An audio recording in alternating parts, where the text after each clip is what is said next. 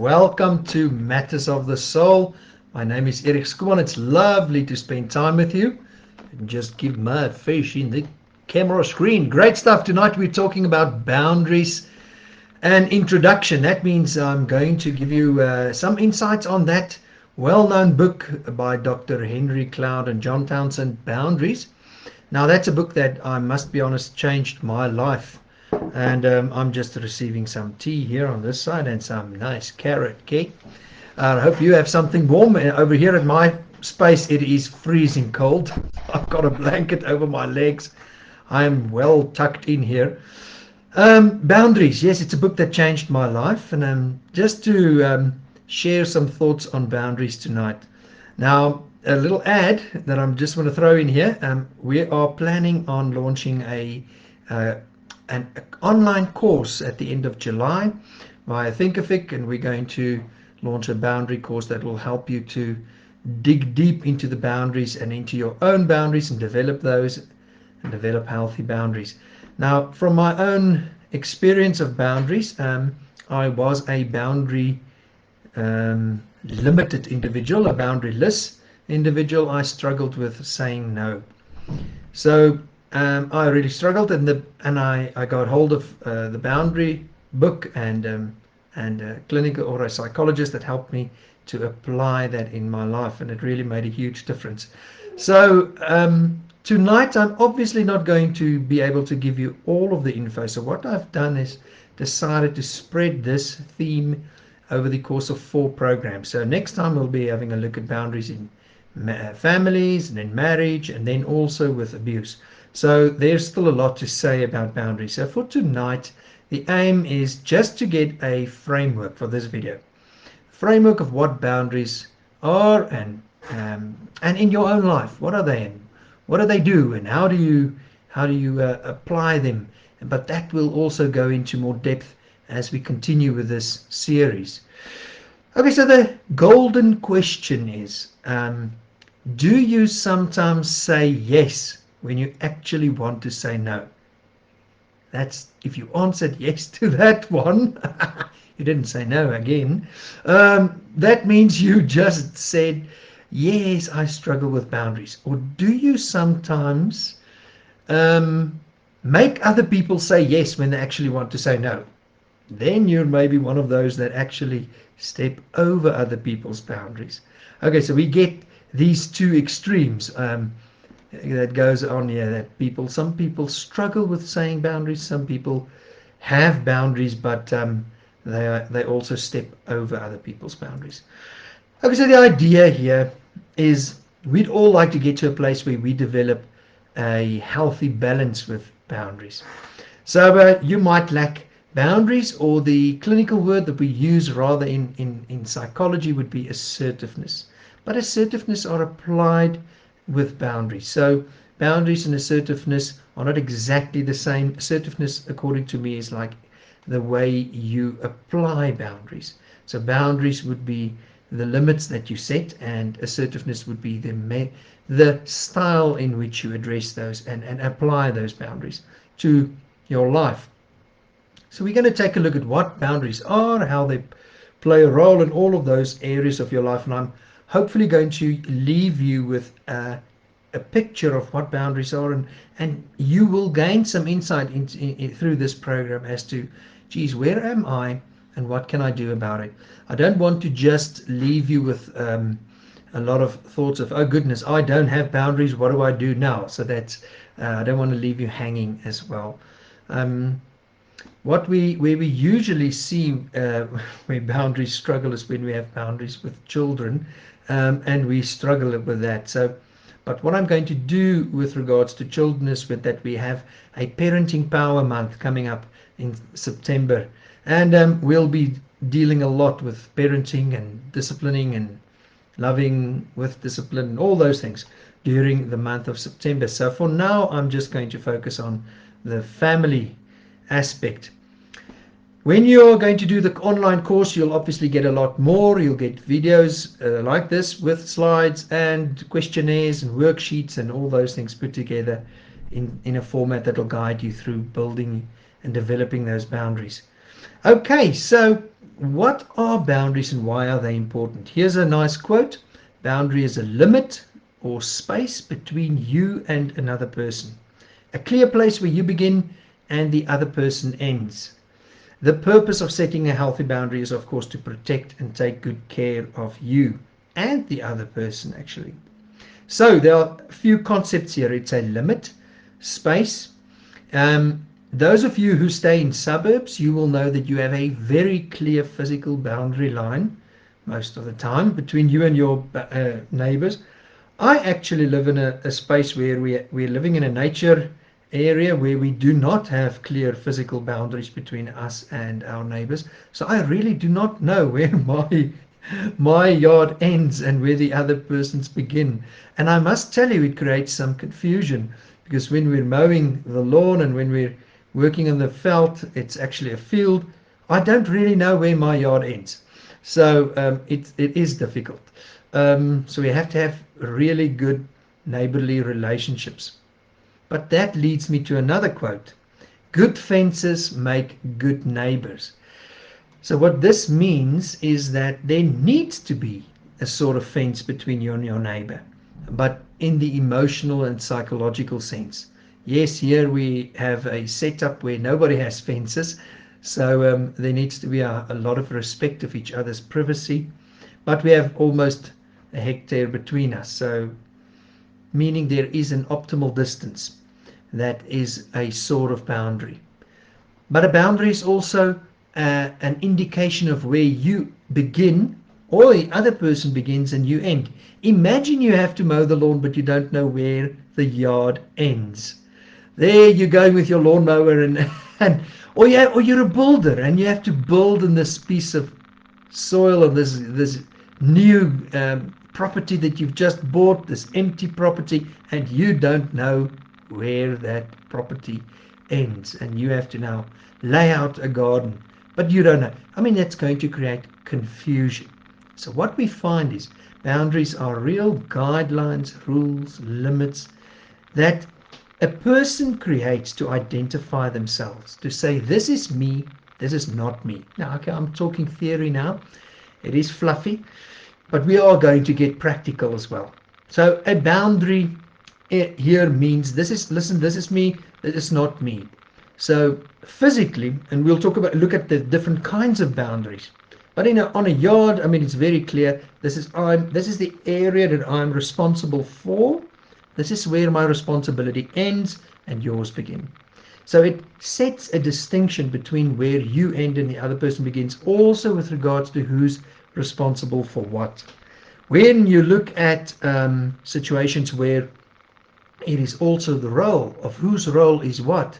I don't mow my neighbor's lawn unless my neighbor has a crisis or whatever and I go over to help him. But as a general rule, I don't do that because it is his responsibility, his area of responsibility. I also don't go and take out his plants and come and plant them over here. They would call it stealing because it's part of his property. So it distinguishes. That boundary says, listen, this is where we need to distinguish or distinction between the two different areas. And what we need is we need to have that in our relationships as well. Okay, so it shows you what people decide. I have boundaries, therefore I decide how I'm going to behave towards people, but I also what I'm going to allow, how people will behave towards me, how they will react towards me, and then I have certain limits there. Okay, so an easy way, like I said, is a property line. Have you seen those signs? No trespassing here, or I'll shoot you. You know, something like that. Some guy with a gun, or get out with a big dog sign or whatever, or this dog bites. This is South African signs. I mean, here we show guns and whatever, you know. In other countries, more peace-loving countries, they might say, please, if you don't mind, be so kind as not to step on this property, or I would be forced to contact the authorities. You know, here we just say, get out, whatever. It is a sign, actually. It is a no trespassing sign is a very clear indication of what you say to the world. Listen, don't step over this property line, or there will be consequences. So it is, but that's easy to understand. But I know personal boundaries can be hard to define because they're not visible. They change and they are unique to every person. There are similarities between our personal boundaries, but some of us actually have different kinds of boundaries. We apply them differently. So I might be a little bit more stricter with mine, or those people might be a little bit more flexible, and we'll have a look at that as well. Okay, so a boundary is actually also about control. Who is in control of your life? Who do you allow to be in control of your life, or are you taking the control? If you remember the Boundaries book, and I have a copy of it here, when you look at the Boundaries book, and we have a competition running as well on the Boundaries book, here you can see Mr. Townsend, Dr. Townsend, and Dr. Cloud. They wrote this book and they said when to say yes, how to say no, to take control of your life. Now there are good and bad with this book as well. There are obviously good criticisms, but overall it's a very, very effectively written book that gives you a clear picture and really can help you a lot. Okay, so when you have a look at your personal boundaries, what are we saying? We would like to say what you would like to develop personal boundaries. So the rules and limits that you set for yourself in relationships. Now it's important you set it for yourself. Sometimes we think those are rules and limits that we set for other people.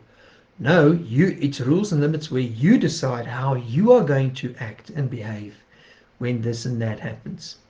It is taking ownership for what is inside of your boundaries. Because if you draw clear boundaries, you know where you need to take ownership. If you don't have clear boundaries, then you don't know where you should take ownership. It's interesting. Okay, so a person with healthy boundaries can say no when they really need to and want to. But they're also comfortable to say yes when they want to. It reminds me of the biblical picture where Paul says the Lord loves somebody who gives from free will. You know, he loves somebody that gives generously. He loves somebody that gives passionately, but that's not forced, and not somebody that gives begrudgingly. Okay, so when you're manipulated into giving, sometimes you might be the person who gives begrudgingly, but you've been manipulated, you've been forced into it, or you've been pressurized, you know, like some people who pressurize others, some sales people pressurize you into buying stuff and doing things that you don't really want to do. Okay, so what happens is your yes is then forced or squashed out of you. But a person with healthy boundaries are able to say no then. They're able to open themselves up to intimacy and to make themselves vulnerable when it's appropriate to do so. They're also able to distance themselves from other people emotionally, physically. But some people you have three types of boundaries: rigid boundaries, over flexible or porous boundaries, and healthy boundaries. So let's look at some of the differences between them. I mean, a person with rigid boundaries, they avoid intimacy in close relationships. They actually self-isolate. They withdraw from the world. They keep people out too much. They are too private. They share but too limited. They don't, and they have too rigid boundaries on time.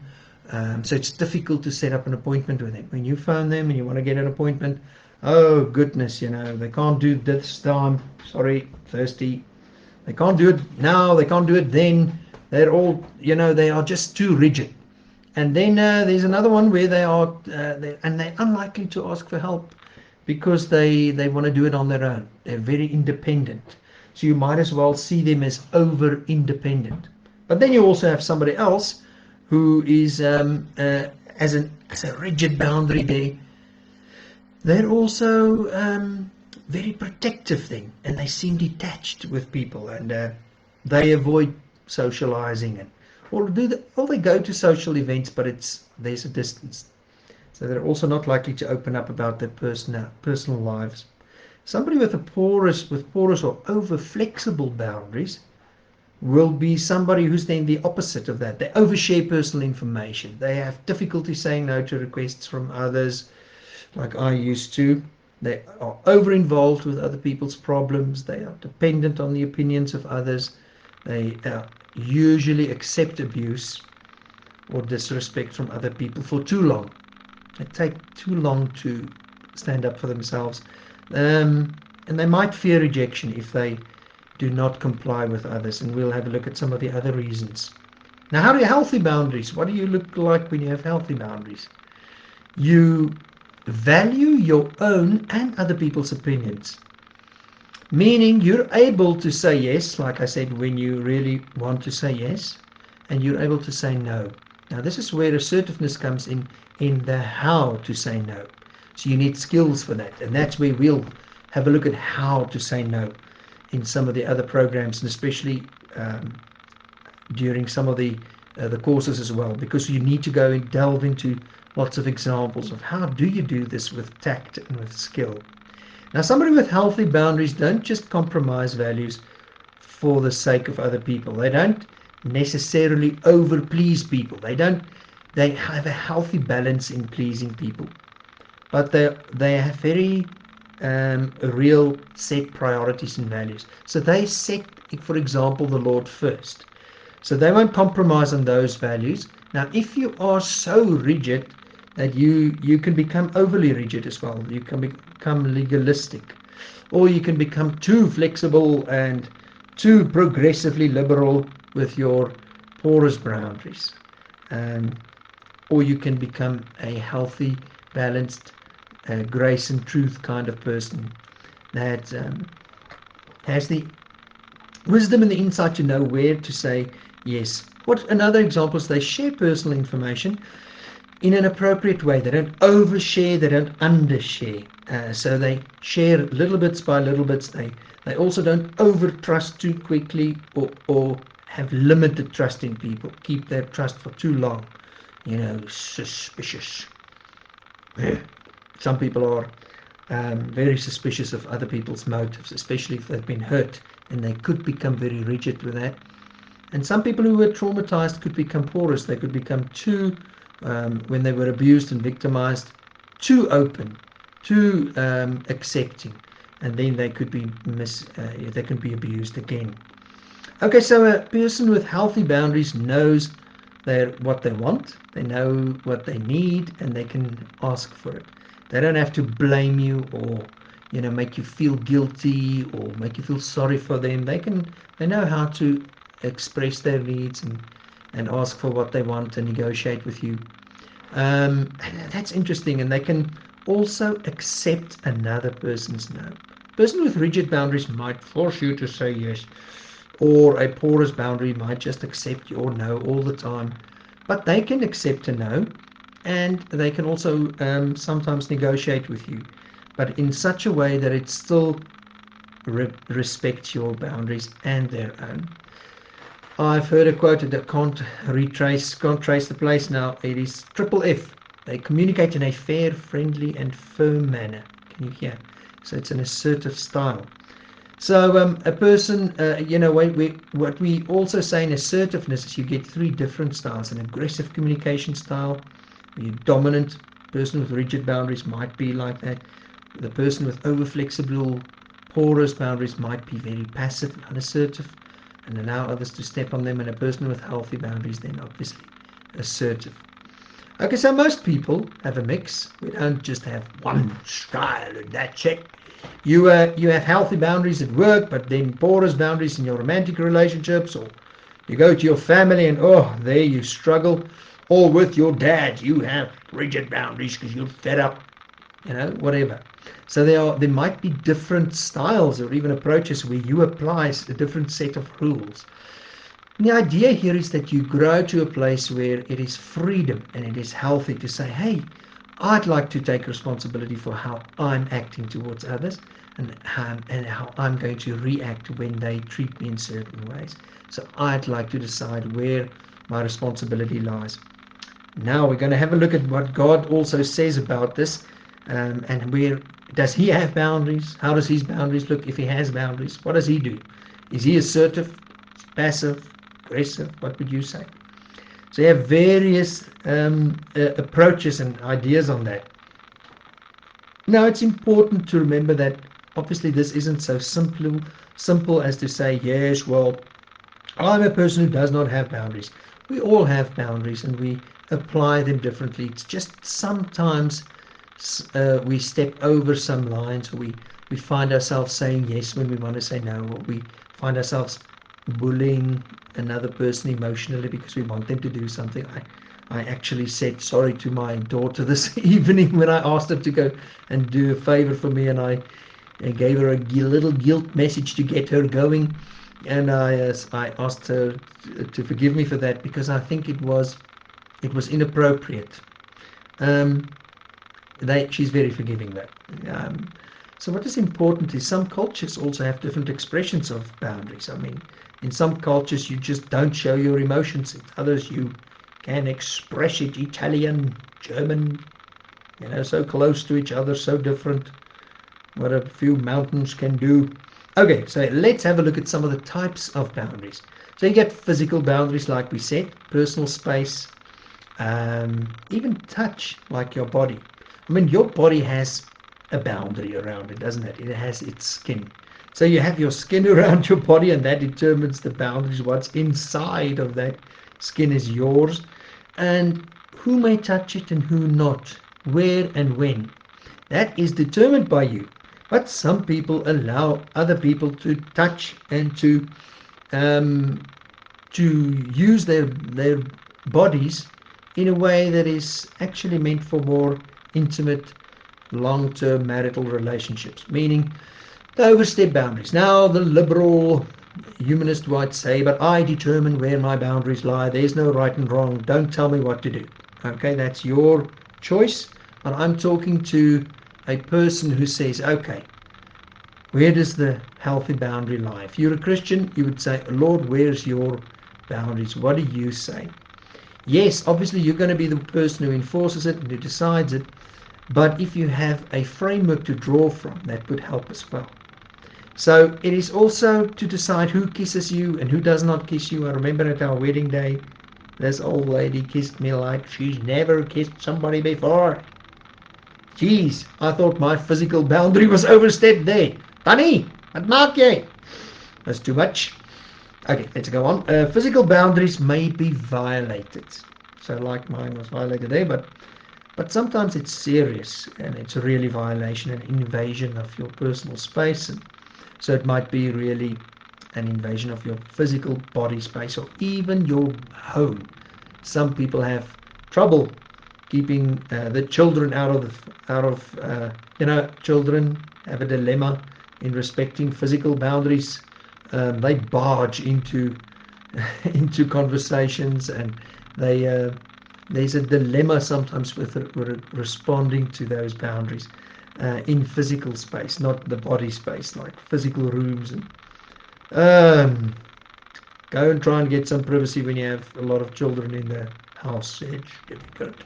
Intellectual boundaries refers to something a bit more, even more difficult to sometimes grasp or to just get your mind wrapped around. It's the thoughts and ideas, intellectual boundaries, your beliefs.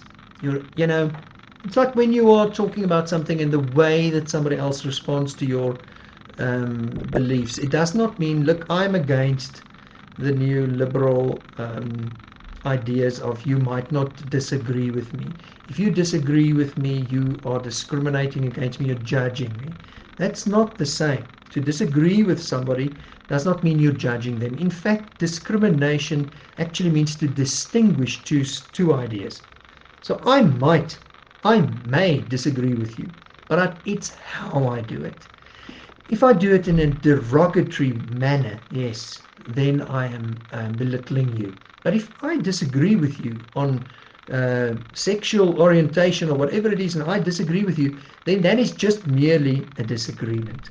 That does not mean that because I'm saying that, hey, I think what you're doing is wrong, now you have the right to now dismiss what I believe. So there's an idea here that intellectual boundaries, it is when you're belittled. It's not when you are disagreed with. It's when you're outrightly disrespected. There's a way, and disrespect is in the way that you're communicated to. It's not in the content, meaning it is not necessarily in how what a person says to say, listen, I don't agree with you. It is how they say it. So it's important to also remember that. But we all should have the ability to express our thoughts and ideas without being outrightly attacked for expressing something that somebody else does not like or agree with or feels offended by. If you are offended when somebody disagrees with you, it has a boundary. It indicates a boundary dilemma because you're not respecting their boundaries. You're not respecting their thoughts and ideas. And I see this regularly with student debates. Now they get all fired up and then start swearing at the person that says things that they don't agree with. Emotional boundaries refer to person's feelings, healthy emotional boundaries. It says when do you share what. What we do is that is with who do we trust with our hearts, with our heart stories. When do you share personal information? The idea with a healthy person is to gradually share personal information as you develop a relationship, and to do what they say, trust bits. You give little bits of trust. You say something, like you say, let's say, for instance, in a first conversation with somebody, you open up yourself and you say, I had a tough day at work, it was a bit busy here and there, and you see how the other person responds. If they ignore that, or they dismiss it, or they just negate it and say, well, we all have tough days, some of those people who are just in the army all day long, they just never get out of the army. Yeah, just frostbite, man. Those.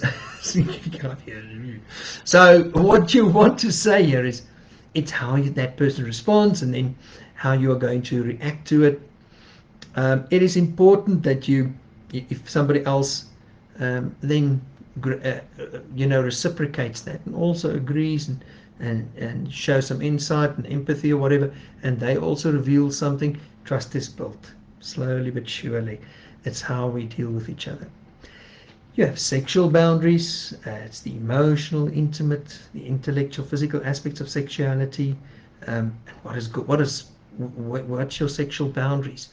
Where do you allow what? You have material boundaries, with economics, with your finances. Who do you give money to? What? Who has access to what?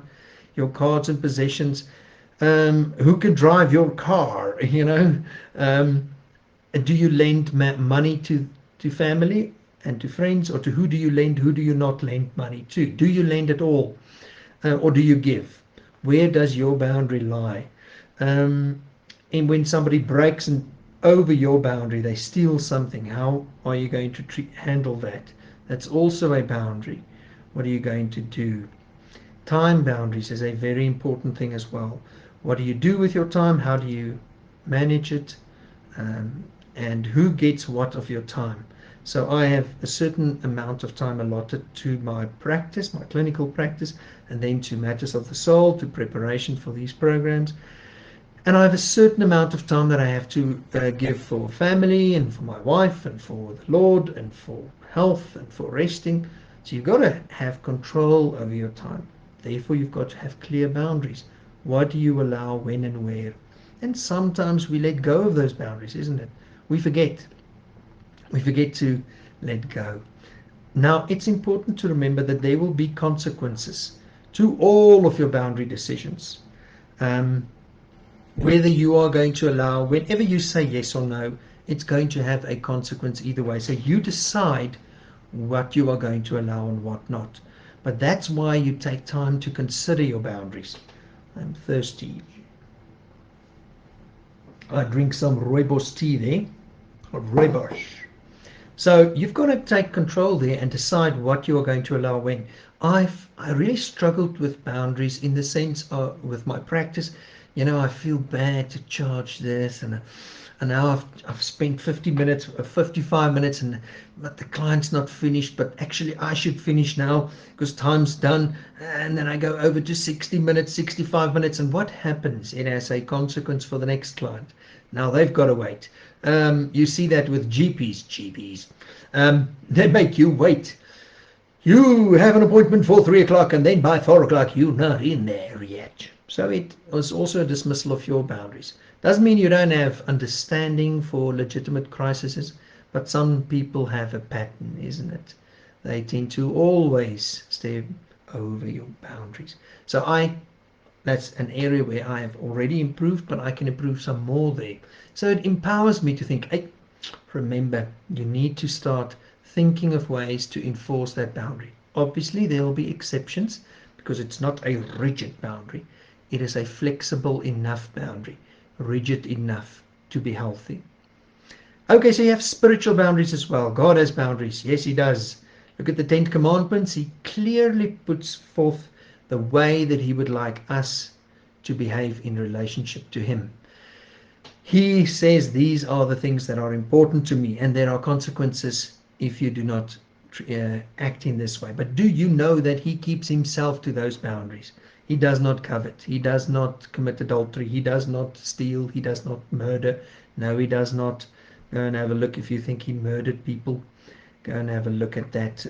Lots of very good apologetic information on that. But yes, he does have boundaries. And then we need to look at the hierarchy of control. Who's really in control and who's not?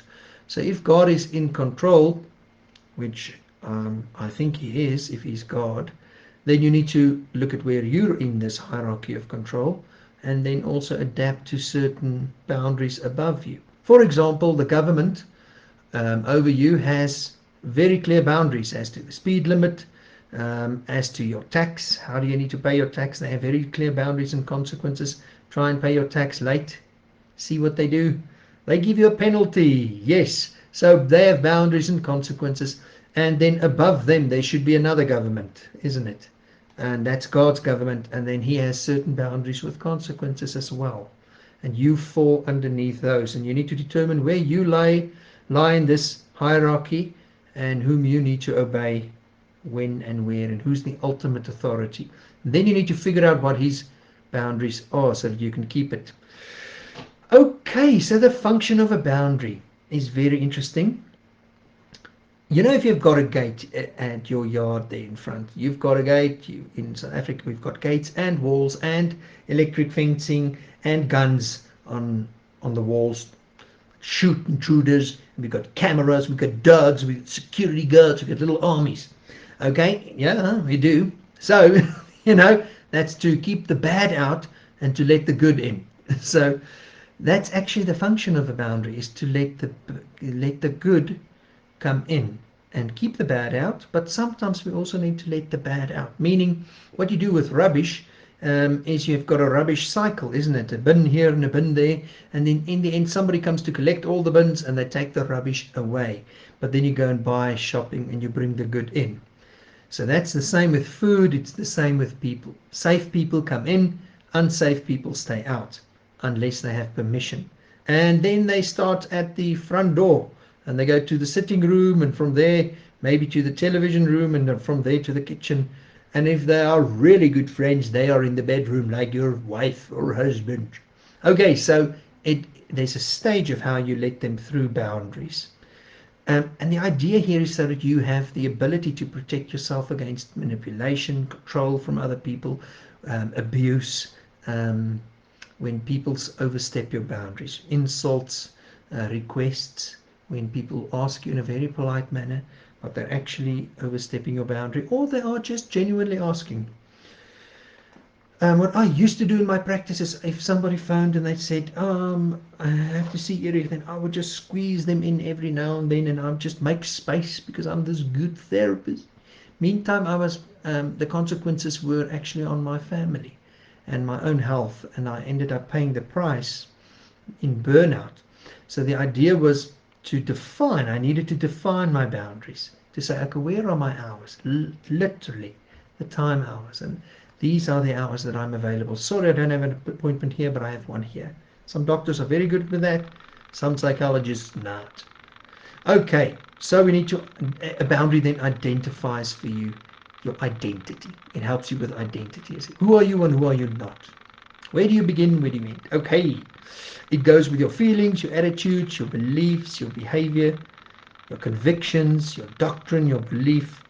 All those things are within your boundaries. But remember, the advantages are that they also lead to mental health, and we'll have a look more a bit further. A scripture, there's Proverbs 4:23. We posted it recently. Above all else, guard your heart, for everything you do flows from it. So it means you have the responsibility to guard your heart. A guard means you're like the security guard. You are at the gate. You decide who comes in and who doesn't. You're the one with the power, man. I got the power. So you're there, you just flash your badge. I'm security, I'm mall cop, you know. Okay, so it is empowering, but I must be honest, it is a process of developing assertive boundaries. It does not happen overnight, and it's okay if it doesn't happen overnight, because it is something that you internalize over time, and you apply it experientially in situations that come across your path, and then you realize, oh goodness, I said yes again when I should have said no, and you feel the frustration, and you have to handle it, and then you rethink it, and you clarify your boundaries again, and then you try again, and it's okay. It does take time, and initially, I must be honest, I was quite scared, and I'll speak about a little bit more about that as well. That you know that when you develop boundaries, you actually protect your self-esteem, you maintain your self-respect, you actually respect other people as well, and your relationships become healthier.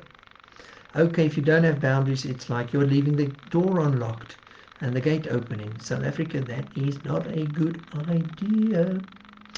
So some of the advantages, some more advantages, is good mental health, emotional well-being. You actually do not build up resentment that much, because you don't allow people that much to abuse you. Once they start abusing you, you actually have a way of responding to it. And you also don't get into unnecessary conflicts, because you are not overstepping other people's boundaries. Because as soon as you start developing boundaries, you become more aware of the boundaries of others. You actually have a positive influence on other people's behavior, and you're able to manage your time, so you are able to prevent burnout a little bit more, and your sense of identity is stronger. So all of those things are really great. Now, if you develop boundaries, you're also developing your way of communication to others, the what you say, the how you react, your behavior, and your interactions with others. So that's where it lies, in your response to other people. And that's where we need to get into lots more detail during the course. It is really lekker. It is lekker. Okay, so what you'd also like to know is, when you have all of these boundaries and you have healthy boundaries, what you can also do is you actually say no without feeling the unnecessary guilt, that flood of guilt that you feel bad because you've now said no. You weren't, oh man, I let them down. You don't actually feel that. And another thing that happens to you when you develop healthy boundaries is that you're not over-dependent on others anymore, that codependence. See, that relationship, you become needy, other people are needy towards you. You're able to manage it from your own side, that you don't become over-needy, over-dependent, meaning you have a healthy dependence. But when other people are also over-dependent upon you, you're able to manage that. It's a great place. You're able to give love and to receive love. So you know when to do that. And what happens is you are also, when somebody is physically endangering or threatening you, you are able to set explicit boundaries for them, and to really take responsibility for yourself, but also protect yourself and others. I have had to do that about once or twice. Yeah, twice, I think, when I had to really physically set strong boundaries to protect us. Okay, unhealthy boundaries then, on the other hand, they're characterized by what? I said, you're sharing too much, too soon, or too little, too late, I had unhealthy boundaries in the sense of I did not always express my needs and wants. I was pleasing towards my wife, just pleasing her behavior, just pleasing her needs, the good husband. But I would build up resentment, this wife that just takes from me. But I also did not express my needs. So it's also about identifying and taking ownership and saying, hey, I need to express this. But I shouldn't bully her and she needed to also hear it, meaning to recognize my boundary then. But sometimes you need to make your boundary clear, because how are people going to know where your yard begins if they don't have a sign or some form of indication that this is now your yard? So that's why you need to become clearer with your boundaries. So yes, I'm available then. You know what? If the salesperson puts a lot of pressure on you, just give me a few moments, or you know what? Let me think about this. Create some time space for you, that you get out of the pressure situation. Or somebody asks you 2 personal questions, but you say, you know what? I love you, but you know what? That information I tend to protect. I'm quite protective about that. Thank you. Or you know what? I love you, but I don't share that information. I don't feel comfortable sharing it as yet. Just keeping people a little bit away. Or people who beg for money, that you decide beforehand what you are going to give and what you're not going to give.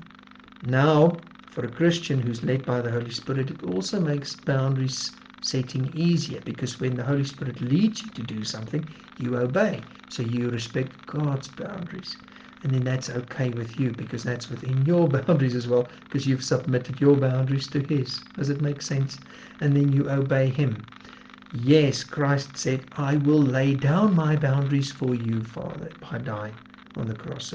So He decided to obey His Father, to love His Father. In laying down His boundaries, He said, nobody takes my life from me, I give it. So meaning, I've decided it. It's within my boundaries. Can you see? It's beautiful, isn't it? When you don't have boundaries, you tend to also take responsibility for other people's happiness. And it's you feel bad when they feel bad, but you feel so bad you don't want to do something about it, and that's okay. But then it's like you also struggle when somebody else is down. It's like you can't be okay. There's a difference between you and the other person. Or you struggle to say no because you fear they're going to reject or even abandon you. It's quite deep, I know. But those are the things that I feared. And that all of that just weakens your sense of who I am. Who am I? My identity. Because now I base how other people see me or how they feel about me and how they treat me. I base my identity or my sense of security on that. Whereas when I have boundaries, I'm able to say, hey, it's okay to say no. Does not mean I say no all the time to everything, and I'm just Mr. No. It's that I own that decision. So another great thing with boundaries is that in keeping the bad out and letting the good in, what is happening is you are actually distinguishing when you're helping others. There's a nice boundary principle that says, I'm responsible for myself, but I'm responsible to others. Meaning, I take full responsibility for myself and for how I react and for what I need to do and making up my bed and washing my body so I don't smell like a dustbin. And for you to take responsibility for yourself, but then you distinguish, I'm not responsible for those people unless they're my children. I'm responsible towards them. And what does the word say? To love them. So if a beggar comes, you've decided beforehand how you are going to treat them and what you're going to do about it. And what are you going to allow? So I give myself those clear boundaries. I want to just gotten a verse in my mind just now that I want to look up for you. I did not prepare this verse. There's a nice proverb in Proverbs 4 verse 26 that let me just read this. It says, consider well and watch carefully the path of your feet, and all your ways will be steadfast and sure. Do not turn away to the right nor to the left where evil may lurk. Turn your foot from the path of evil. Now it talks about going away from evil, consider well where you're going to walk, so obviously not to go into sin, but also gives a principle of you consider well where you are going to walk. You decide what you are going to do. So it talks about taking that ownership for what you're going to do. And that's nice. It also sets you free. Okay. So what is also within your boundaries? Your feelings, your attitudes, what you believe, those are all within your boundaries. What you are going to do, like I said, and what you are choosing to do. And what you're desiring, your values. And then we need to just remember that there are 4 kinds of styles here with boundaries. We have the style that just accommodates other people, the pleasing one. They struggle to say no, and they just actually they can clearly hear no, but they struggle to say no, and they struggle to say yes as well sometimes. And then the controlling style that says, I will say to you what you need to do. Just shut up and do what I say. They struggle to hear no. They just don't hear it, man. And the avoidance style, what they do is they just struggle to hear yes as well. They just avoid people. They keep them out because they have trouble trusting. And they avoid taking responsibility as well. So they sometimes might just end up over-depending on people. And then that person that does not respond to others, and they have a trouble saying yes. They just keep people out of their lives. And then you have people who are too much. They actually are invasive on your over your boundaries. And that's not just the controlling styles, it's also the person who avoids your no, but they're doing it in a non-aggressive manner. They're manipulative, dependent, whining. Okay, so I've shared so much with you already. I think you've heard a whole lot, and and I think your mind is buzzing. Okay, so I just want to give you some ideas here for what in setting boundaries. What are you going to do? If you want to do boundaries, like I said, you want to set clear boundaries. What you need to do is you need to go and consider, where do I need to say no, or where do I need to set a boundary? And I need to do it clearly, calmly, firmly, and respectfully, with as few words as possible. Meaning, I need to go and have a look at what is it that I need to say to that person. Why do I want to say it? How can I do it as respectfully as possible? You know, when you use humor, you can also sometimes set a boundary. Let me give an example. If there's a colleague of yours at work that is making jokes on you, and they're making jokes about you, what you can do is you can use another joke back to let it slide off you. And you can sometimes, if they my professor used to say, this lady that they sang, here comes the bride, big, fat and white. And what she then did is the next time she walked into the room, she started singing, here comes the bride, big, fat and white, so, about herself. But sometimes people can belittle you, and then if you belittle yourself, some psychologists say you shouldn't do it, but if you do it in such a way, then you actually disable their power. When you want to say no, you should not justify yourself or get angry or be over apologetic. You just clearly say what you want to say, when you are available, when you're not available. You remain professional, as it were. You don't get emotionally entangled in the battle. Otherwise, it becomes what we call an escalating battle. Okay, so this is about assertiveness here.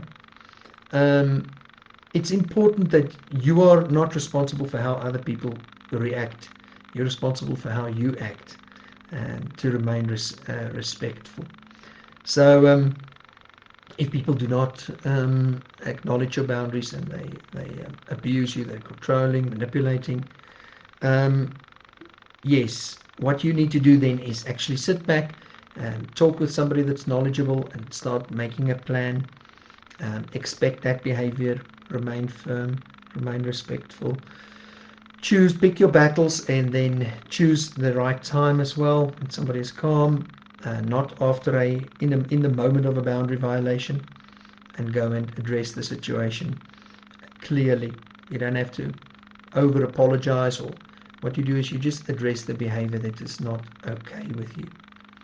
Sometimes it is very subtle. You have a colleague at work that just starts talking to you, they're needy, and they just blabber on and they just take your time, and you actually need to go now, and they're just talking and talking and talking, and you can't, it feels like they're arresting you. You can't get out of their conversation. You want to get away, but you can't. And then what happens is I mean, you don't want to hurt their feelings. They seem, or this friend that just talks about her husband that doesn't love her, and maybe she's got very real problems, or she does not really want to hear your inputs. When you give her the input, she keeps on coming back with the same complaint. We call that help negating. They're complaining but help negating. And what happens is you feel bad in just saying no. So what you use there is you use the time limit, and you say, you know what, unfortunately, I really want to listen to you here, but unfortunately I don't have time for now.